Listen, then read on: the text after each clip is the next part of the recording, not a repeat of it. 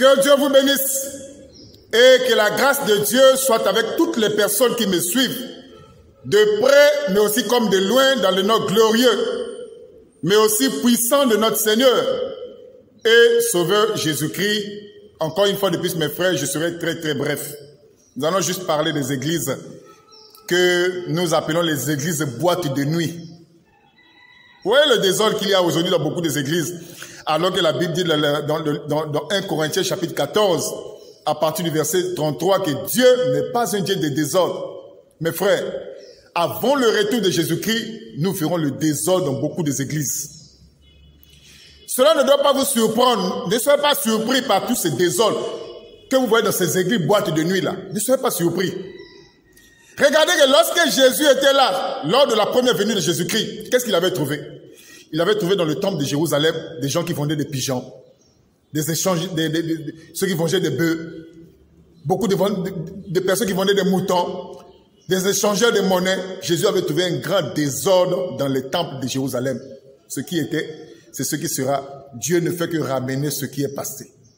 Et c'est ce que nous voyons aujourd'hui dans beaucoup des églises, alors que le retour de Jésus-Christ est vraiment proche, nous voyons beaucoup des églises aujourd'hui sont tombées dans l'apostasie. C'est incroyable. Des églises boîtes de nuit que vous voyez, des désordres incroyables, où les gens ont pris même la danse, les danses sales de la rue, des musiciens mondiaux, ils ont amené ça dans des bâtiments, du coupé-décalé, ils ont amené des slow, de la rumba, des musiques sales, de la rue, des musiciens satanistes, du reggae, ils ont amené ça, ils ont donné ça à Dieu. Dieu est devenu un reggae man. Ils ont amené de la rumba, des musiciens de la RDC, ils ont amené ça, de la RDC du Congo Brazzaville, ils ont amené ça à l'église. Des églises boîtes de nuit où la crainte de Dieu n'existe pas. Lui-même, le pasteur, il ne craint pas Dieu parce que s'il craignait Dieu, il allait prêcher contre ces choses-là. Il ne craint pas Dieu. C'est pour ça que vous voyez toutes ces églises-là.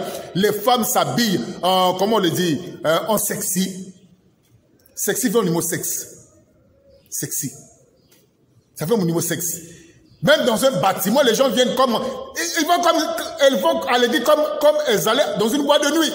En sexy, en collant, en mini-jupe, des églises boîtes de nuit. Les hommes, les femmes, surtout les jeunes, vont à l'église en taille basse. Leurs sous-vêtements se voient. Comme c'est devenu à la mode aujourd'hui, comme s'il n'y avait plus de ceinture. C'est ce que nous voyons aujourd'hui des églises boîtes de nuit. Des églises qui sentent l'odeur de l'enfer. Des églises qui sentent l'odeur du caca. Des églises qui sentent l'odeur de l'impudicité. Ces églises-là, aujourd'hui, nous voyons des désordres incroyables. Ils ont pris de la musique sale, des danses sales de la rue. Ils ont amené ça dans les églises. Et ils disent que ça, c'est pour Dieu. Quel Dieu? Quel est ce Dieu-là qui accepte ce désordre-là?